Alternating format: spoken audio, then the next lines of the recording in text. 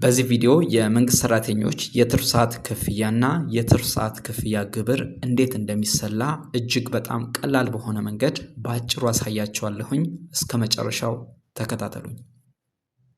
ለምሳሌ የሰራተኛው ወራዊ ደሞዝ 16480 ብር ቢሆን በመስሪያ ቤቱ የትርፍ ስራውን የሰራበት ቀን በሳምንቱ የእረፍት ቀናት ቢሆኑ ማለትም ቅዳሜና እሁድ ማለት ነው።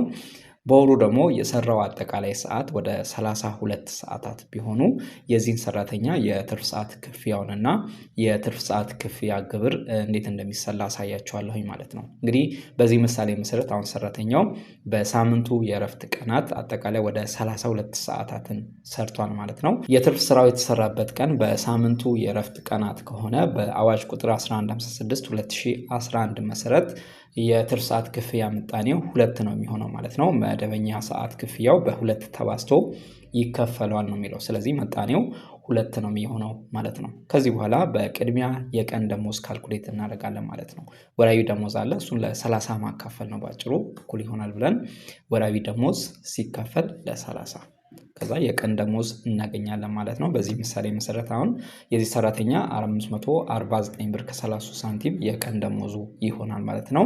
ከዚህ በመቀጠል ደግሞ የሰዓት ደሞዝ ካልኩሌት እናደርጋለን። እንግዲህ በኢትዮጵያ 8 ሰዓታት ናቸው የስራ ሰዓት የምንላቸው ማለት ነው። ስለዚህ ይህን የቀን ደሞዝ ለ8 እናካፍለዋለን ማለት ነው። እኩል ይሆናል ብለን የቀን ደሞዝ ሲካፈል ለ8 ከዛ የሰዓት ደሞዝ እናገኛለን ማለት ነው። በዚህ ምሳሌ መሰረት አሁን ይህ ሰራተኛ በደሞዙ ስኬል በሰዓት 68 ብር ከ67 ሳንቲም ይከፈለዋል ማለት ነው።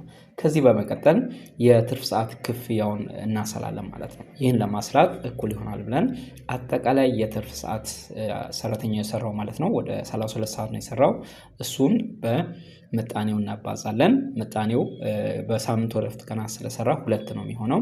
ከዛ ሲባዛ ብለን መጨረሻ ላይ የሰዓት ደሞዝ ማለት ነው። የሰዓት ደሞዝ በዚህ ኬዝ 68 ብር ከ67 ሳንቲም ነው ማለት ነው። ስለዚህ ባጭሩ የትርፍ ሰዓት ክፍያውን ለማስላት አጠቃላይ የትርፍ ሰዓት ሲባዛ በምጣኔ ሲባዛ የሰዓት ደሞዝ አድርገን የትርፍ ሰዓት ክፍያውን እናገኛለን ማለት ነው።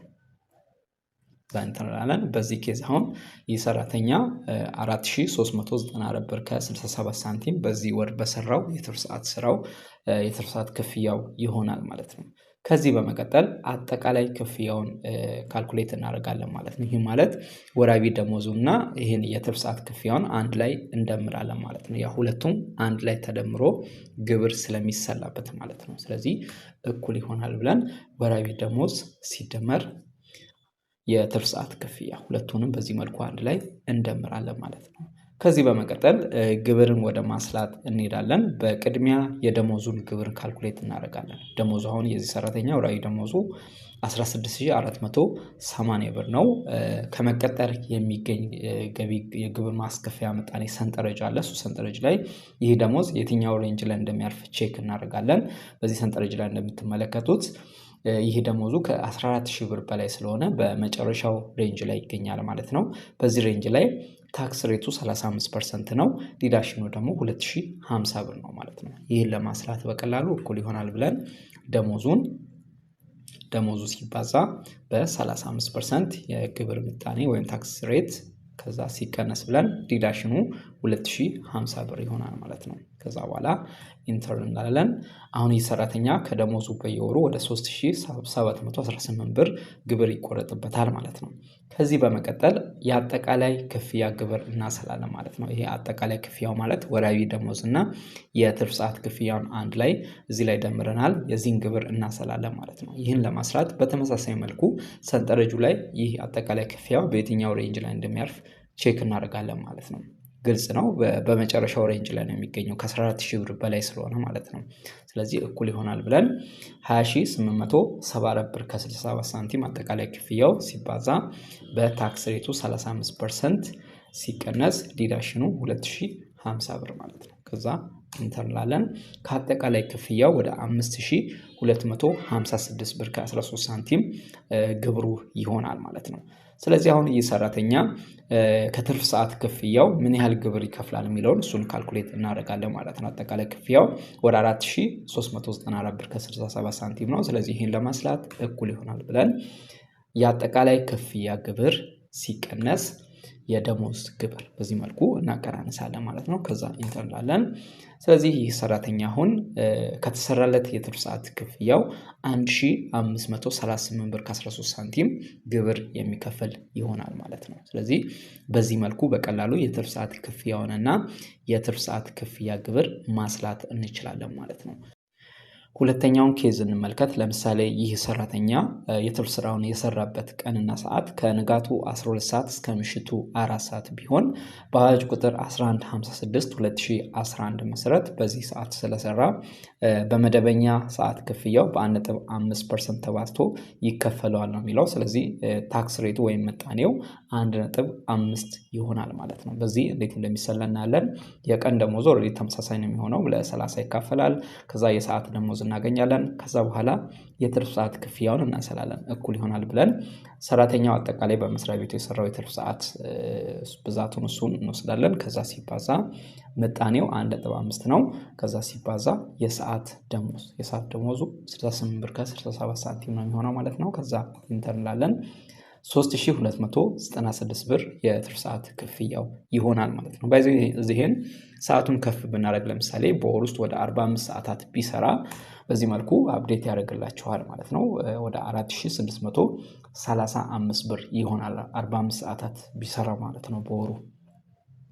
ከዛ በኋላ ግብርን ለማስላት ይህንን ያገኘነው የትርፍ ሰዓት ክፍያ ከደሞዙ ጋር አንድ ላይ እንደምራለን ማለት ነው። እኩል ይሆናል ብለን ወራዊ ደሞዝ ሲደመር የትርፍ ሰዓት ክፍያ ሁለቱንም በዚህ መልኩ አንድ ላይ እንደምራለን ወደ 21115 ብር ይሆናል ማለት ነው። ከዚህ በመቀጠል ግብርን ካልኩሌት እናደርጋለን። ከደሞዙ የሚቆረጠውን ግብር በተመሳሳይ መልኩ ቅድም እንዳሰላነው እናሰላለን። እኩል ይሆናል ብለን ያው ሰንጠረጁ ላይ ስንመለከት የ16480 ብር ከ14000 ብር በላይ ስለሆነ በ35% ታክስ ሬት እንሰራለን ማለት ነው። ደሞዙ ሲባዛ በ35% ሲቀነስ ዲዳክሽኑ 2000 ሲቀነስ 2050 ብር ይሆናል። ስለዚህ በዚህ መልኩ ወራዊ ደሞዝ ግብሩ ነው የሚሆነው። ከዛ በመቀጠል ስለዚህ 3718 ብር የደሞዙ ግብር ይሆናል ማለት ነው። ከዛ በመቀጠል የአጠቃላይ ክፍያ ግብር እናስላለን። አጠቃላይ ክፍያ ግብር ማለት እዚህ ላይ ሁለቱንም አንድ ላይ ደምረን ያገኘነው ሪዛልት ማለት ነው። ይህም ከ14000 ብር በላይ ስለሆነ አጠቃላይ ድምሩ በ35% እንሰራለን ማለት ነው። ሲባዛ በ35% ሲቀነስ ዲዳክሽኑ 2050 ብር።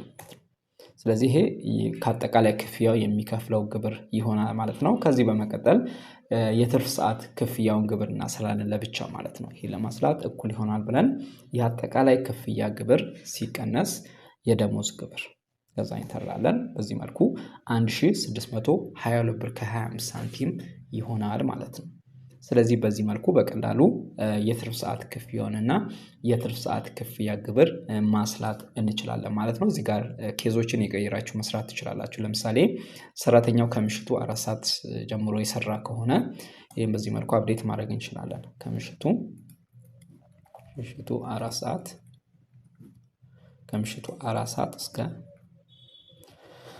ንጋቱ 12 ሰዓት ቢሰራ። ስለዚህ በዚህ ኬስ የሚሆነው በአዋጅ ቁጥር 1156/2011 መሰረት ምጣኔው 1.75 ነው የሚሆነው ማለት ነው። ስለዚህ ይሄ 1.5ን ወደ 1.75 እንቀይራለን ማለት ነው። 75 ልክ እሱን ስንቀይር ቶታሊ በዚህ መልኩ አፕዴት ያደርግልናል ማለት ነው። ይሄን ኤክሴል በዚህ መልኩ አፕዴት አድርጋችሁ ሰርታችሁ መጠቀም ትችላላችሁ ማለት ነው። ሌላኛው ኬዝ ደግሞ በበዓል ቀናት የተሰራ ስራ ከሆነ ለምሳሌ በካላንደሩ በሚዘጋቸው ቀናቶች ማለት ነው። በበዓል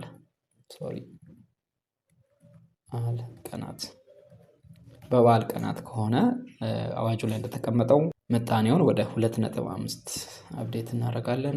ከዛ እንደምትመለከቱት ሙሉ በዚህ መልኩ አፕዴት ያደርግልናል ማለት ነው። ስለዚህ በዚህ መልኩ በቀላሉ የትርፍ ሰዓት ክፍያና ግብርን ማስላት ይቻላል ማለት ነው።